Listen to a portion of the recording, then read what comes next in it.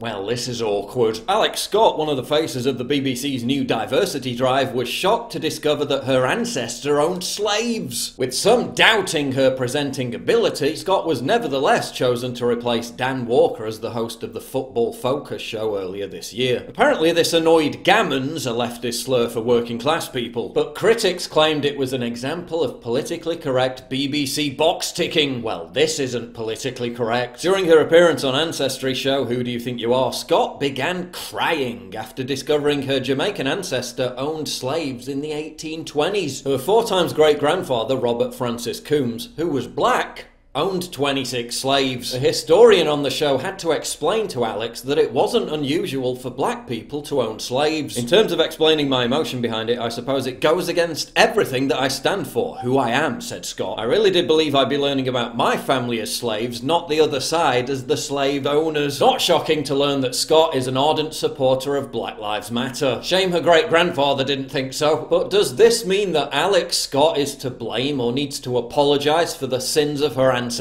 Absolutely not. But neither does anyone else. How do you think the slaves were rounded up and sold in the first place? Not by white Europeans, but by black African tribal rulers. In 2009, the Civil Rights Congress of Nigeria even wrote to tribal chiefs saying, quote, "We cannot continue to blame the white men, as Africans, particularly the traditional rulers, are not blameless." Furthermore, virtually every major empire, ethnicity and civilization practiced slavery. People are still genuinely dumb enough to think that only white people own slaves, when everyone owned slaves. Go look at a list of where modern slavery still exists. You're not going to find many white countries on it. Under the Barbary slave trade, over 1 million white Europeans were enslaved by Middle Eastern and North African pirates. Muslims from Algeria, Tunisia and Morocco travelled as far north as Iceland to raid coastal towns and kidnap white slaves. Why isn't that being taught in schools? Why are only certain statues being torn down by the mob? Why is the modern debate around colonialism, slavery and reparations habitually fixated around why only white people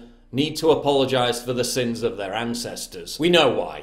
Because the only institutionalised form of racism that is still acceptable, and in fact encouraged, in the culture, in media, in schooling, in academia, from the government, is that directed towards white people. So yes, black people own slaves, Middle Easterners own slaves, Chinese people own slaves, everyone owns slaves. But kids growing up and students in universities being indoctrinated to hate themselves have no idea whatsoever that that's a historical fact.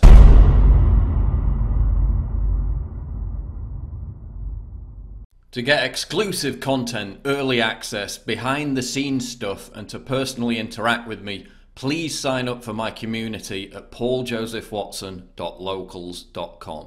Link in description, and thank you for your generous support.